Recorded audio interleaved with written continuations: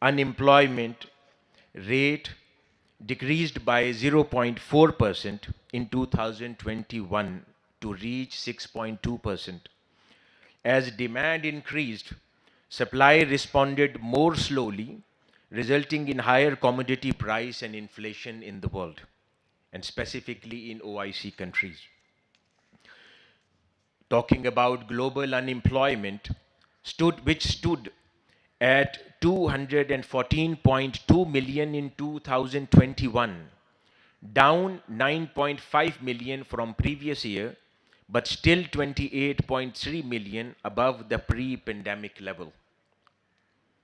If we talk about poverty levels and conditions in OIC countries, agriculture and food sector experienced substantial supply chain disruption due to pandemic, which put millions of people relying heavily on agriculture at risk. The food price index of food and agriculture, according to Food and Agriculture Organization, indicated that food prices in international markets increased by 3.2% in 2020 and 28.2% in 2021. There are further aggregated by rising inflation and effects of wars in various regions of the world going on today. World Bank estimates that these combined crises will lead to an additional 75 million to 95 million people living in extreme poverty. Governments can mitigate such impact through social protection policies, but the fragile economic system of many OIC member countries are unfortunately not able to fully cope with these challenges. The lack of financial resources to provide support to help overcome long period of reduced economic activity and interruption in informal economic activity, which millions of people rely on, further added to the poverty and inequality problem in these countries. On the similar lines, if we look at the economic landscape of Pakistan, we see from June 2017 to June 2023, these 5 years unfolds as a tale of stark contrasts and resilience of an emerging economy. It begins on a hopeful note with growth at a steady clip of 4.61%. This momentum is carried forward into the next year, surging to 6.10%. However, the narrative takes a dramatic turn as an economy dips into negative by June 2020, with a contraction of 0.94% by June 2023. The growth rate has trapped off considerably and contracted considerably to 0.29%, which brings forth question about the path ahead for the country. If we talk about the foreign debts, analyzing the debt trends of Pakistan, it is evident that the country has grappled with a fluctuating debt burden reflective of episodic financial interventions and a cyclical nature of economic reforms. The inflation trend in Pakistan indicates significant economic volatility over 2 years period. The consistent increase in inflation from February 2021 to December 2023 is indicative of underlying economic pressures for the country. Export and imports of the country, if we examine them, from July 2022 to November 2023 reveals a consistent trade deficit, with imports significantly outpacing exports throughout the period. Dear audience, the IMF's projections for Pakistan's fiscal year 2024 suggests that unemployment will be at 8%, which is higher than 6.2% in fiscal year 2022. Talking about the infrastructure of the country, the lack of investment in certain sectors like water sector has had a cascading effect on the country's economic growth, agriculture output, and employment, particularly in rural areas. The persistent rank of Pakistan at 161 in the Human Development Index is indicative of several deep rooted issues. Dear audience, we talked about economic conditions of many OIC member countries. And this story goes on in many other countries around the world, outside OIC member countries as well. What happens when the country faces this kind of circumstances?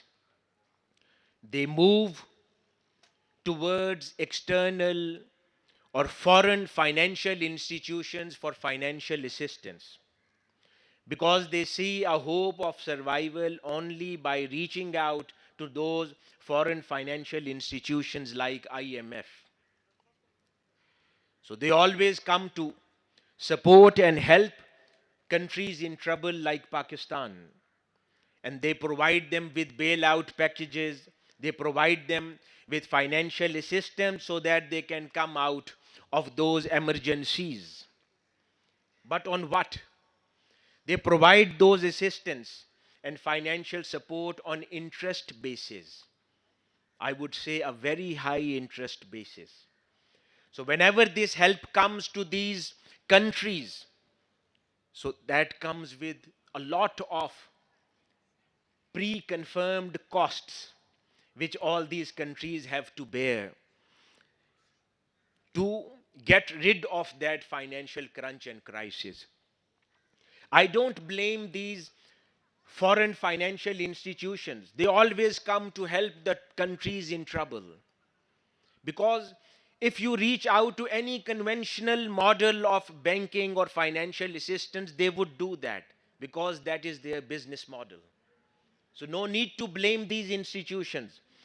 But what we need to look at is Allah Almighty and Sayyidina Rasulullah sallallahu alaihi wasallam. They have provided us with the right solution. But we do not look towards those solutions and we run towards other assistances and support systems, leaving and forgetting what Allah Almighty and Sayyidina Rasulullah sallallahu alaihi wasallam has given through their teachings and preachings. So automatically, those solutions will not be enough and will not be there to bring us out from the troubles we all or these OIC countries are indulged in. Look at the chart. On the screen, you can have a look on the chart of financial commitments. Or I would rather say, look at the list of these Muslim countries, how much they owe to IMF. And similarly, there are many more institutions, these countries, they owe to them. Just to give us an idea that when this assistance comes, it comes with a lot of troubles and cost as well. For example, Afghanistan, you see $375 million, a very small economy, but this much burden from the external financial institutions' loans. Talk about Pakistan. Only Pakistan owes $7.5 billion to IMF only.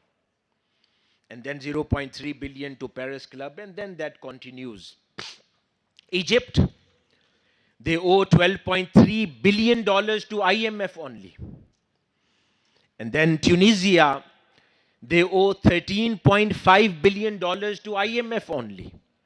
So these were just a few examples from the Muslim countries, how much they owe to IMF. And similarly, there are other financial institutions around the world who are lending money to these Muslim countries as well. Again, upon their request, they provide support. That's their business model. But then what happens? we'll discuss some other figures. Let's say Pakistan in 2018, the lended money from the foreign financial institutions was around 2.5 billion in one type of figure. And then with the added value of interest repayments, this whole amount and loan transfer changed into 19.49 billion US dollar in 2021. So around 7 billion or more amount was only going in interest repayments. Same is the case with couple of other countries like Indonesia. The external debt was around, in 2018, it was around 337 billion dollars. But by 2020, 13.7 billion dollar was peaked and added into this whole circle in the name of interest repayments. Same is the case is with Bangladesh. The principal amount which was given to these countries as a loan or money lended by foreign institution was this much, maybe $75 billion. But 2022, the value addition into that loan and that whole amount, around $5.14 billion worth of interest was added on the principal amount, which increased this total amount to be paid back by those countries to those foreign institutions. So the argument which I am making here, that the no blame to these foreign institutions. That is their business model. The issue is with the governments when they approach to those institutions and take these loans to come out of these financial crises, to get rid of that financial crisis. When they reach out to these institutions and they take these loans and financial assistance on a very high cost and amount. This is where the issue arises. And this issue or financial burden does not come in isolation. And it is not in the isolation, but have a profound implication for social well-being and development in these countries. Implication for the continued inability to manage and reduce this debt could lead to further economic instability in these countries, hindering progress in areas like healthcare and education and infrastructure. Therefore, there is an urgent need for a targeted initiative and support to alleviate these financial strains and help these nations regain their economic stability and ensure the well-being of their citizens. For example, the food insecurity and malnutrition are major issues in many countries, Muslim countries of OIC. For example, in Iraq, over 4 million people are in humanitarian crisis. They need help due to intermittent conflict and fluctuating global oil prices. In Lebanon, food insecurity has mainly been driven by hyperinflation. The war in Syria has had devastating consequences, with over 12 million Syrians being food insecure, an increase of 4.5 million in 2020 only. And the world can imagine what will happen in Gaza once this war is over, and what kind of assistance this world would need to provide to those people living in humanitarian crisis. Dear audience, in such circumstances, poor countries approach to these financial institutions for loan. They provide loan to these nations with high interest rates, as I have mentioned, and put these countries into further troubles and economic crisis. There are many institutions working, but for example, as a sample, we will be discussing IMF to understand how this whole phenomena works. What is IMF? IMF is a United Nations specialized agency founded at Bretton Woods Conference in 1944 to secure international monetary cooperation, to stabilize currency exchange rates and to expand international liquidity. And IMF has seen a notable increase in financing in recent times due to its crucial role in addressing various economic and financial crises in emerging economies. IMF is a distinctive blend of regulatory and advisory and financial roles, which are rooted in original objectives for which the institution was created. In order to achieve these aims, IMF engaged in analysis and provision of guidance pertaining to a country's economic policies. These include several aspects such as nation's exchange rate, governmental budgets, monetary management, credits. IMF, the financial sector and regulatory policies of a country.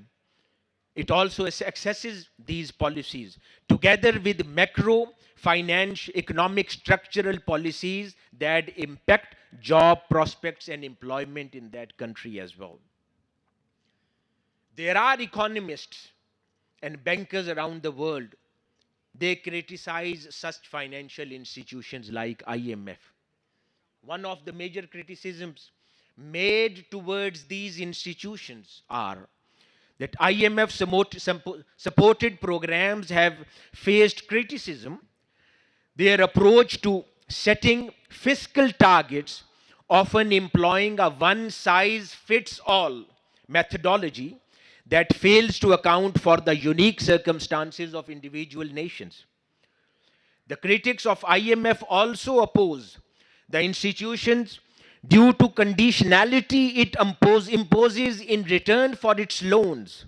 They argue that these conditions are often oblivious to the hardships they place on the most vulnerable members of the society, the countries.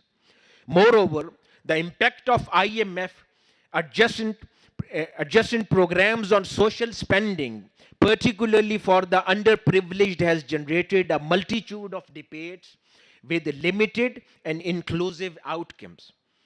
IMF's policies, reforms often dubbed conditionalities, have faced significant scrutiny due to their adverse effects, such as undermining the fiscal capacity for investment in healthcare and education. One of the most significant criticism leveled against IMF is that its conditionalities often prioritize economic reforms over social spending. This has led to reduction in crucial public services such as healthcare and education, as governments are compelled to trim their budgets to meet IMF requirements, are compelled to do the privatization of public services and other IMF demands that has further aggregated the problems in these highly vulnerable members of the society, these countries, resulting in decline in provision of essential goods and services of these countries. A less talked about but equally critical concern is the way IMF programs aggregates the disparities between rural and urban population. During the economic turmoils, governments under the IMF influence and loan tend to allocate resources more towards cities where higher tax revenues can be generated. This urban-centric approach weakens the productive effect of education in rural areas, leaving rural population at a significant disadvantage. These conditions often fail to account for a unique economic, social circumstances of individual nation in more severe social problems and reducing in social expenditures in these countries. The IMF's dual role as both a lender and supervisor also presents an inherent conflict of interest comprising the effectiveness of these policies. In some cases, the IMF loans has led to increased poverty in these countries, income inequality, and social problems in borrowing countries. One notable One notable issue in IMF recommendations is the reduction in petroleum subsidies, especially in Pakistan.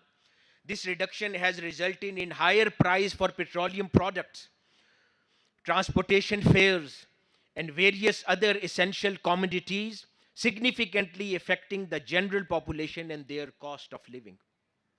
I don't blame IMF at all, because that is their business model.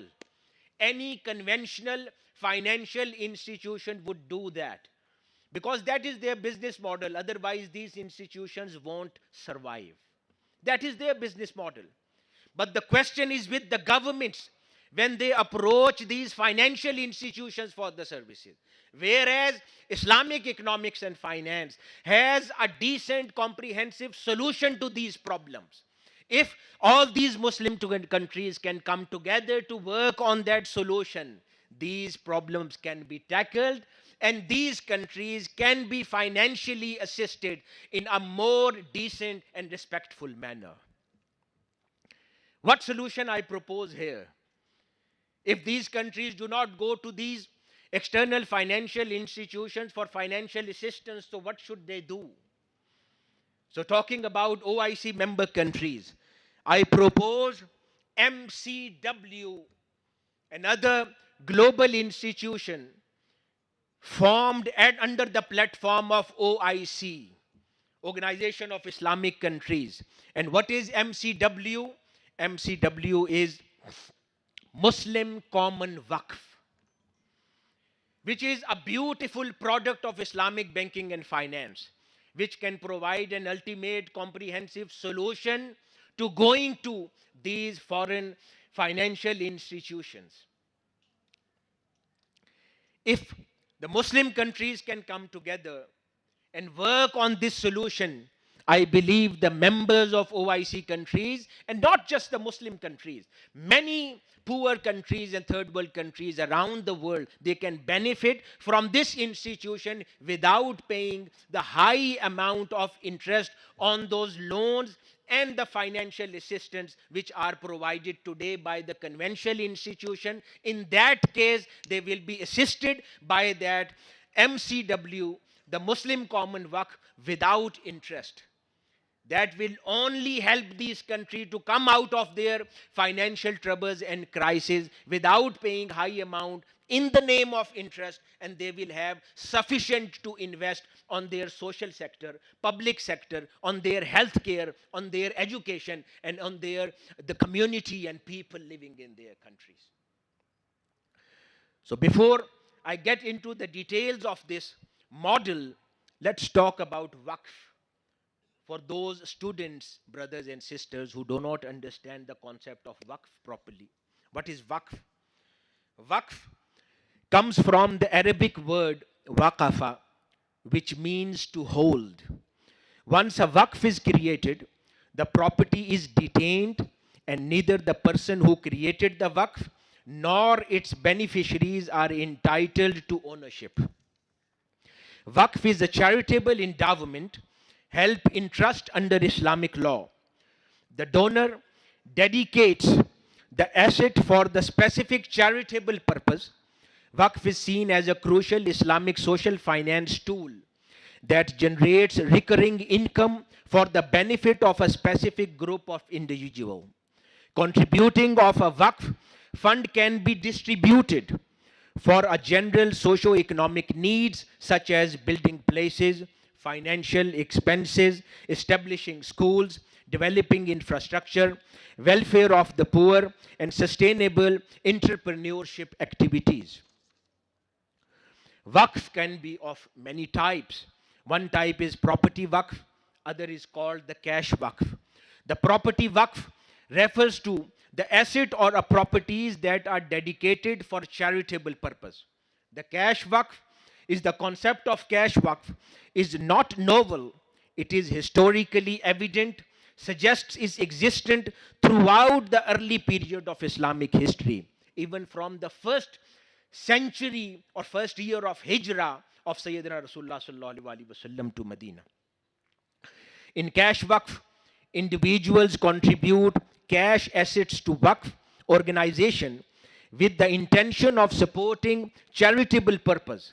With its historical roots dating back to the first century of Hijrah, cash waqf has evolved over time to address pressing cash needs.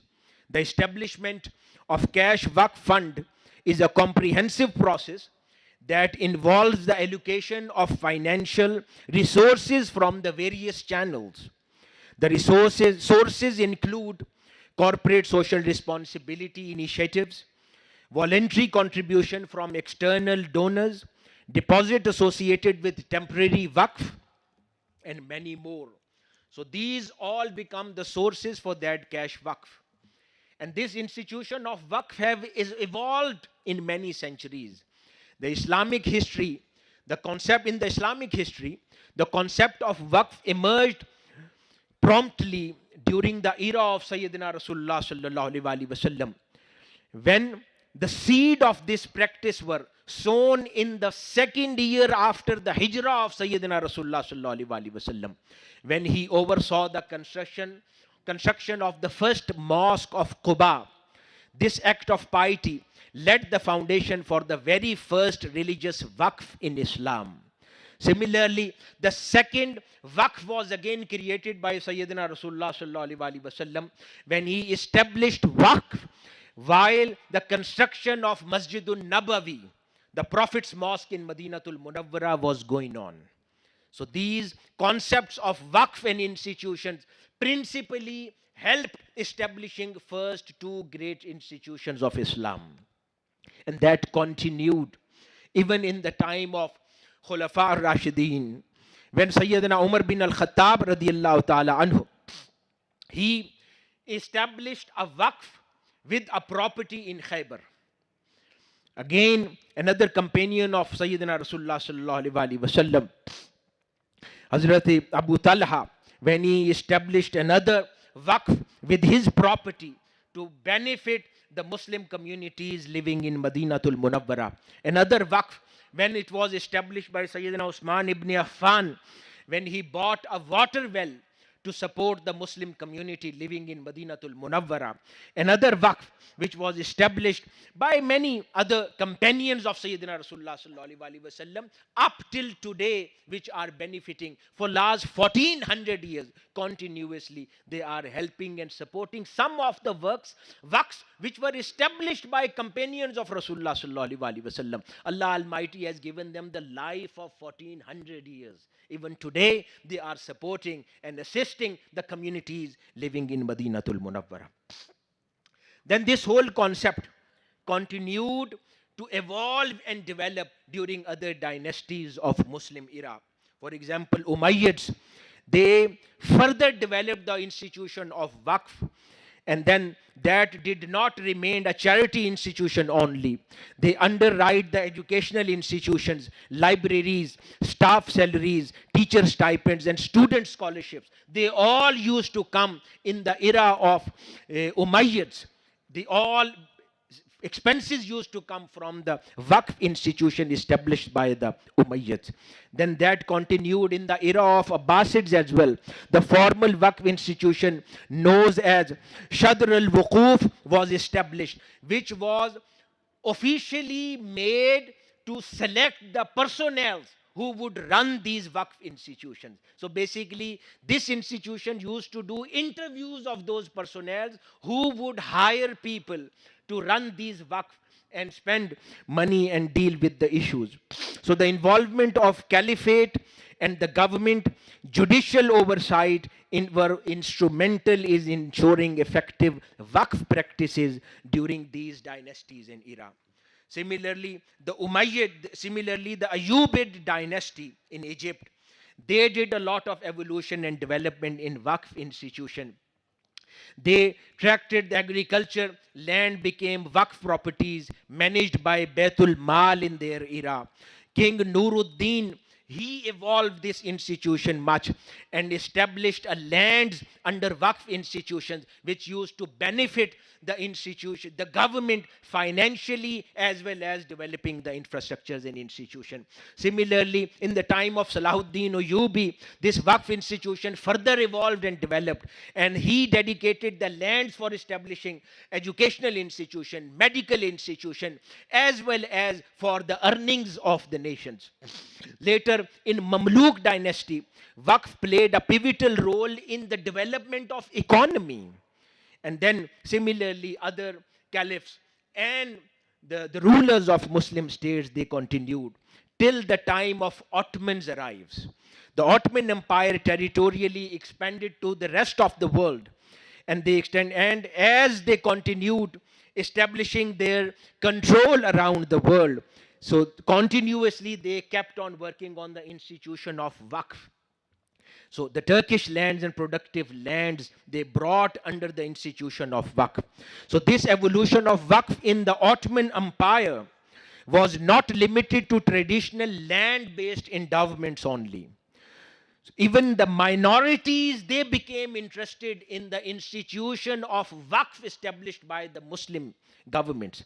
The practice of Waqf extended beyond the Muslim majority to encompass minority communities such as Christians and Jews living in the Ottoman Empire and era.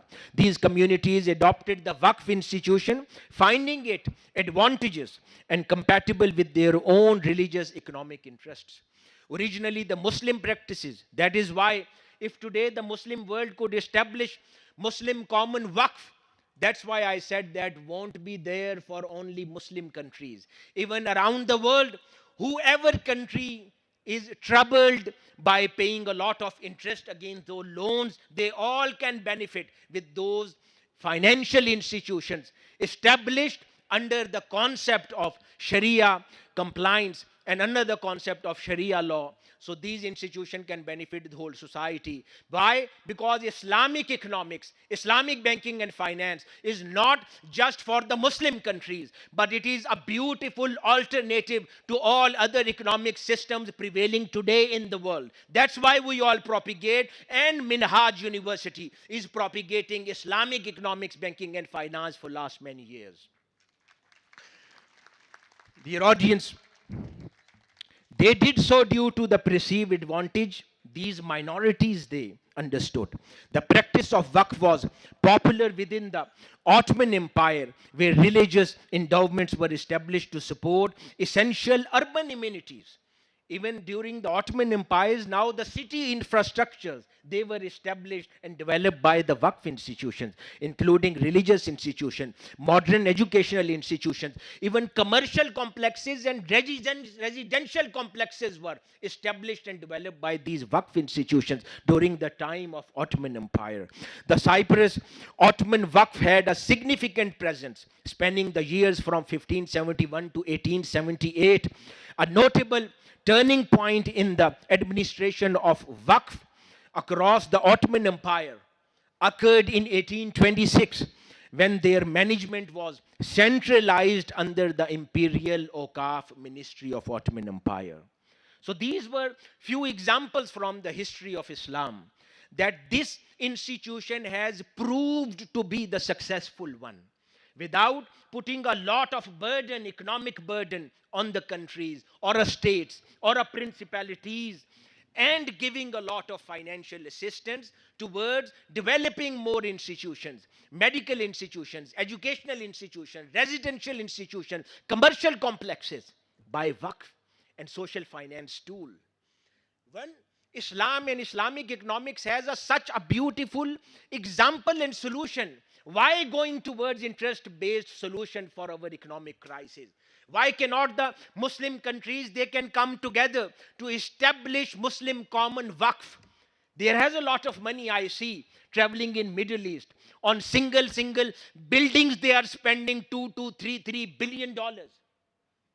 When we talk about these financials, when we look at these financials, that how much lending these IMF or other financial institutions are doing towards these countries, how much they would have done? $100 billion? $150 billion. I believe only 10, 12 Muslim countries, they can come together to bring this much amount together as a pool in Muslim common waqf and start lending the money, start donating the money to the economies in crisis, to start lending the money and giving the money to the economies in crisis, and establishing medical complexes, establishing airports, establishing institutions, establishing scientific laboratories, space centers, and many more. They can do that with this much amount of money if they could bring this much amount together under the platform of Muslim common waqf. It's just a matter of decision and moving towards this concept. For no other reason, just to give another economic solution to the problem. That the countries has seen interest-based economies or interest-based loans and financial assistance has not given anything to the countries. Here we are talking about Islamic finance. And this solution is given by the Islamic finance. That Islamic finance has a potential to give an interest-free product to the world which can bring these economies. And I believe even the non-Muslim countries and economies will benefit and appreciate this product.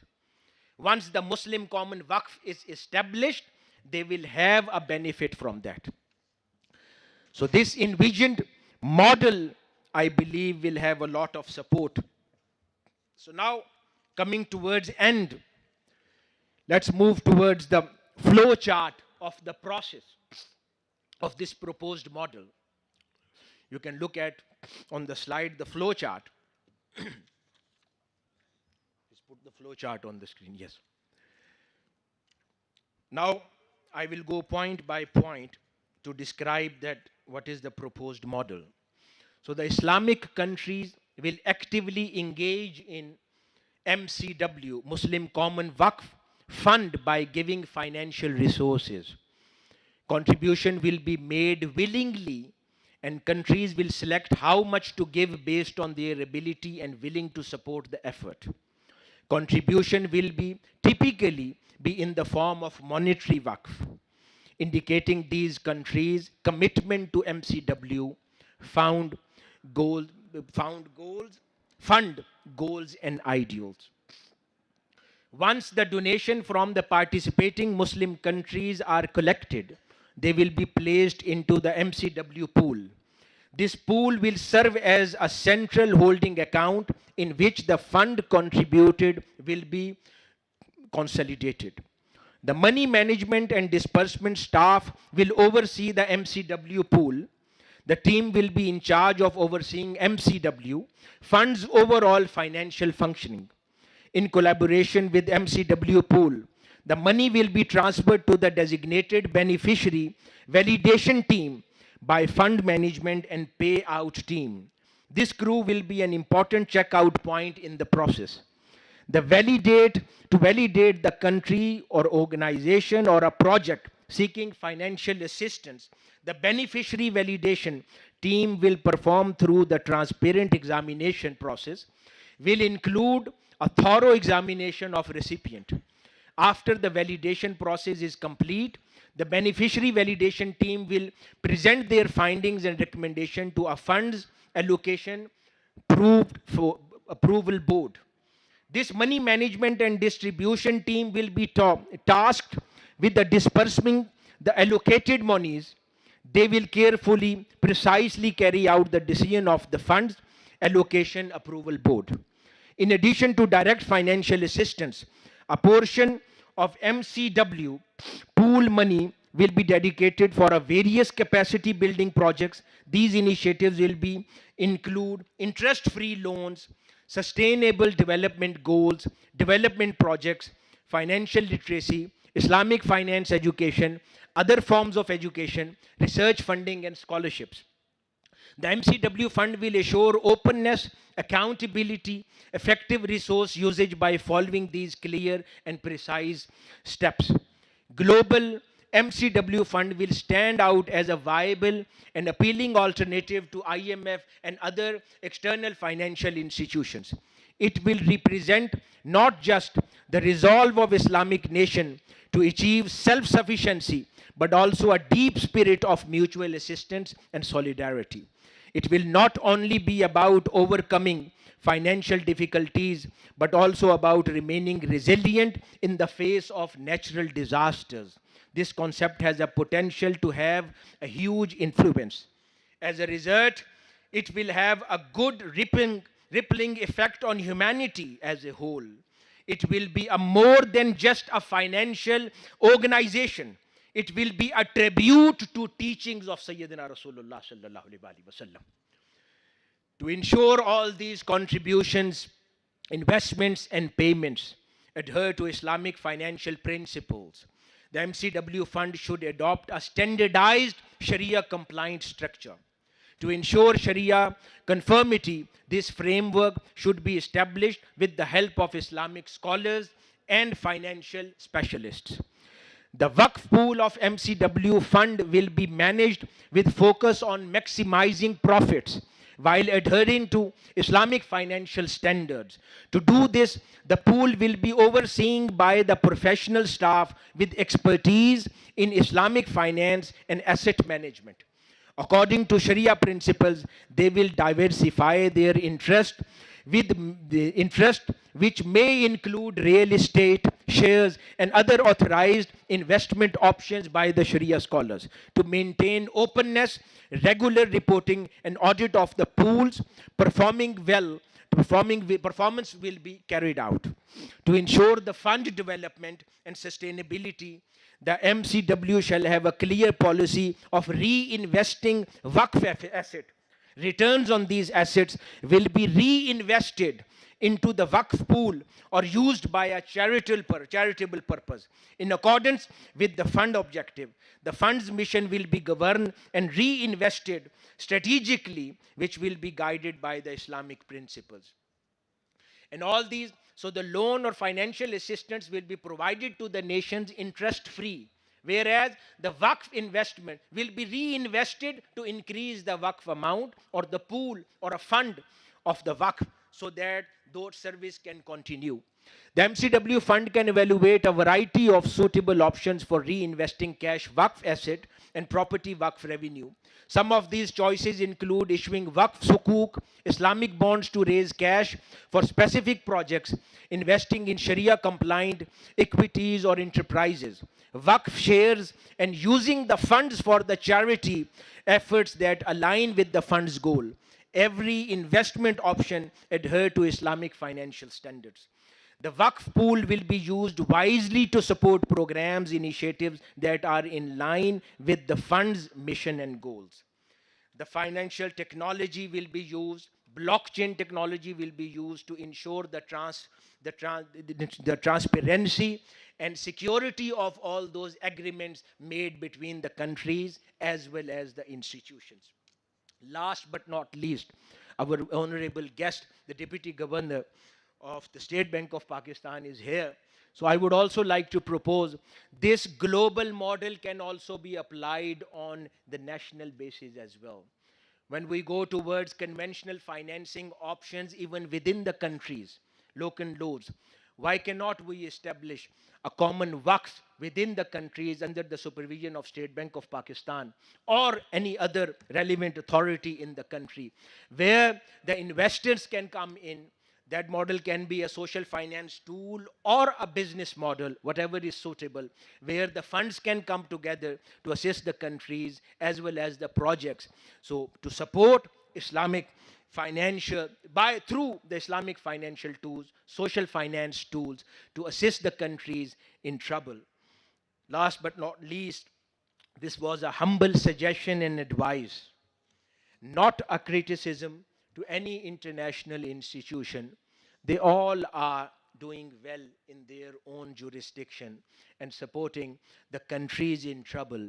But when we talk about Islamic finance, when we talk about Islamic economics, so Allah Almighty and Sayyidina Rasulullah sallallahu alaihi wasallam, they have provided us with a comprehensive solution in the light of those teachings of Islam and Rasulullah sallallahu alaihi wasallam, which are Sharia compliant and Sharia related, which can provide a solution which solution can bring these economies out of their economic crisis interest free. So that will not increase the financial burden. Rather, they will bring out these nations out of economic crisis, and they can support these countries in their development. If these Waqf model and institution has proved to be successful in 1,000 years history, if Ottoman Empire can become the topmost empire in 700 years with Waqf institution without interest paying models of financial assistance, why cannot today the Muslim world can look into these kind of options? If those dynasties like Umayyads, like Abbasids, like the Khulafa Rashidin, and all these dynasties and rulers and the governors and caliphates of Islam, if they can develop their infrastructure, interest free financial assistance, why cannot 55 countries of the world, members of OIC countries, can come together to resolve and come up with a solution? Maybe 2, 3 countries can come up with the model and idea, everyone will follow. I believe I believe if the relevant authorities can look into this proposal, there are many more ways and channels we can come out of our crisis within our countries and collectively, globally. And the whole world, all the Latin America, Africa, and all these countries, does not matter which religion we all belong to.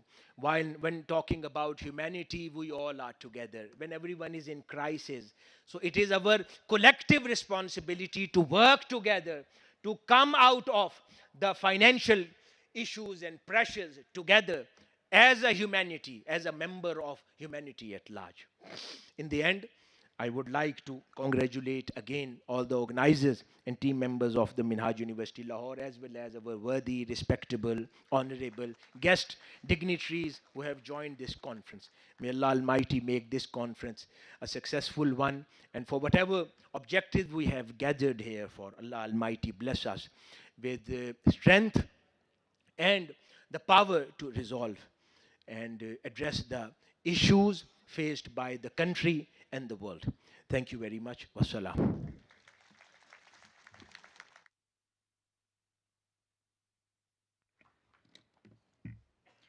Thank you, sir.